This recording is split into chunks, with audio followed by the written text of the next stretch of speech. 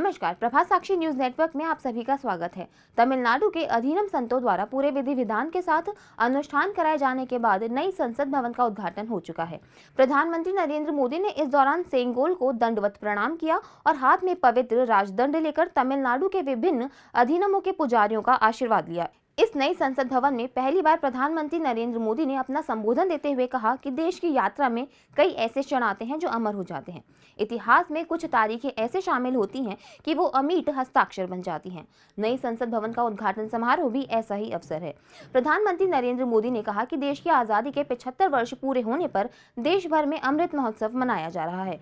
उन्होंने कहा कि सुबह से ही संसद परिसर में सर्वपंथ प्रार्थना की गई है, जिसके लिए मैं सभी देशवासियों को भारतीय लोकतंत्र के इस स्वर्णिम पल की बधाई देता हूं।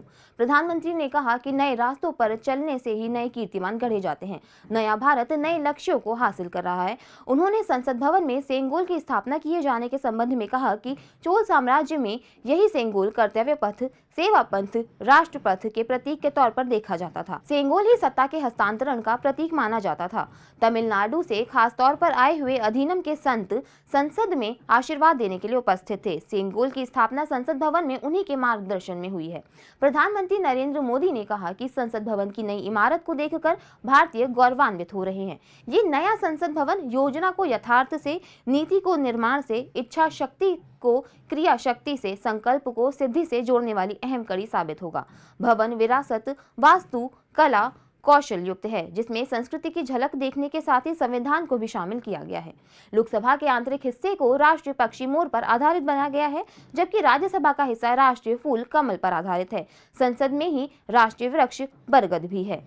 प्रधानमंत्री नरेंद्र मोदी ने पेश किया 9 सालों का रिपोर्ट कार्ड। केंद्र सरकार का रिपोर्ट कार्ड पेश करते हुए प्रधानमंत्री नरेंद्र मोदी ने बताया कि भारत में बीते 9 वर्षों में नव निर्माण हुआ है और इस दौरान गरीबों का कल्याण हुआ है। उन्होंने कहा कि बीते 9 वर्षों में 11 करोड़ शौचालयों का निर्माण हुआ है, जिन्होंने महिलाओं की गरिमा की रक्षा की और उनको सम्मान से जीने का हक दिया। अगर पिछले 9 वर्षों का आकलन करे तो पाएगा कि ये 9 साल भारत में नव निर्माण के रहे हैं, गरीब कल्याण के रहे हैं।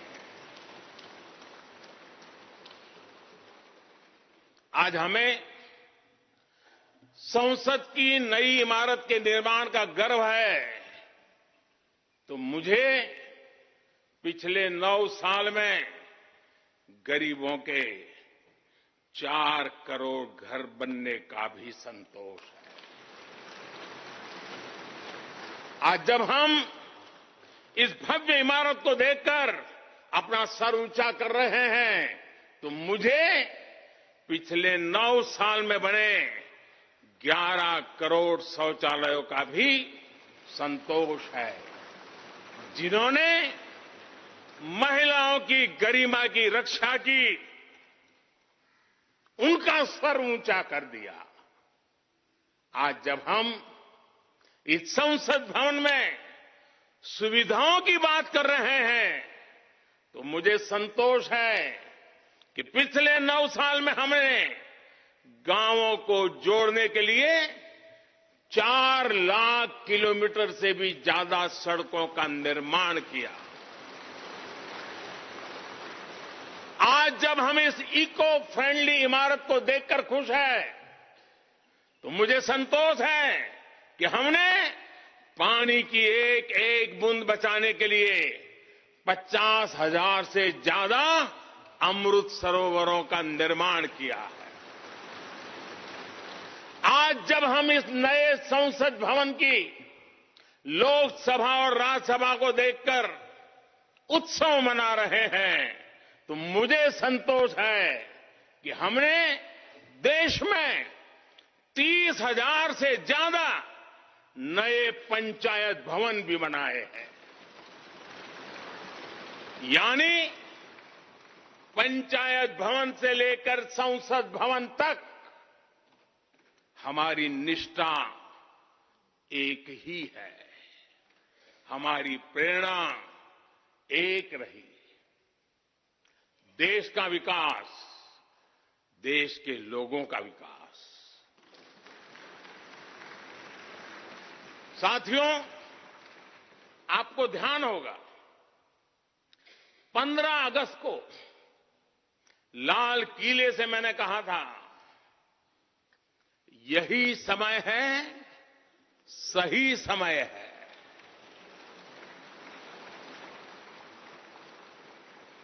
हर देश के इतिहास में ऐसा समय आता है जब देश की चेतना नए सिरे से जागृत होती है। भारत में आजादी के 25 साल पहले, 47 के पहले 25 साल याद कीजिए, आजादी के 25 साल पहले ऐसा ही समय आया था। गांधी जी के असहयोग आंदोलन ने पूरे देश को एक विश्वास से भर दिया था। गांधी जी ने स्वराज के संकल्प से हर भारतवासी को जोड़ दिया था। ये वो दौर था जब हर भारतीय आजादी के लिए जी जान से जुट गया था। इसका नतीजा हमने 1947 में भारत की आजादी के तौर पर देखा। आजादी का ये अमृतकाल भी भारत के इतिहास का ऐसा ही पड़ाव है। आज से 25 साल बाद भारत अपनी आजादी के 100 वर्ष पूरे करेगा। हमारे पास भी 25 वर्ष का अमृत कालखंड है। इन 25 वर्षों में हमें मिलकर भारत को विकसित राष्ट्र बनाना है। बता दें कि यह भवन आधुनिक सुविधाओं और नवीनतम उपकरणों से युक्त है। इस भवन के निर्माण में 60,000 से अधिक मजदूरों को रोजगार मिला था। प्रधानमंत्री नरेंद्र मोदी ने इस खास अवसर पर एक विशेष स्मारक डाक टिकट और 75 रुपए का सिक्का भी जारी किया है। नए संसद भवन के लोकसभा कक्ष में आयोजित उद्घाटन समारोह में सिक्का और डाक टिकट जारी किया गया है। केंद्रीय वित्त मंत्रालय के तहत आर्थिक मामलों के विभाग द्वारा जारी अधिसूचना के अनुसार इस सिक्के के एक तरफ बीच में अशोक स्तंभ की छवि है, जिसके एक ओर देवनागरी लिपि में भारत जबकि दूसरी ओर अंग्रेजी में इंडिया लिखा हुआ है। लोकसभा अध्यक्ष ओम बिरला ने नए संसद भवन के उद्घाटन समारोह के बाद रविवार को सांसदों का आह्वान किया कि वे नए भवन में नए संकल्प के साथ प्रवेश करें तथा संसदीय अनुशासन, मर्यादा और गरिमा के नए मापदंड स्थापित करें। उन्होंने नए संसद भवन के निर्माण के लिए प्रधानमंत्री नरेंद्र मोदी का आभार भी जताया। बता दें कि नए संसद भवन के लोकसभा कक्ष में 888 सदस्य और राज्यसभा कक्ष में 300 सदस्य आराम से बैठ सकते हैं। दोनों सदनों की संयुक्त बैठक होने पर कुल 1280 सदस्यों को लोकसभा कक्ष में समायोजित किया जा सकता है। प्रधानमंत्री नरेंद्र मोदी ने 10 दिसंबर 2020 को नए संसद भवन की आधारशिला रखी थी। पुराना संसद भवन 1927 में बनकर तैयार हुआ था। अगर आप भी लेना चाहते हैं देश दुनिया की तमाम जानकारी तो आज ही सब्सक्राइब करें हमारे चैनल को। साथ ही नीचे दिए बेल आइकन को जरूर दबाएं ताकि हर अपडेट आप तक पहुंच सके।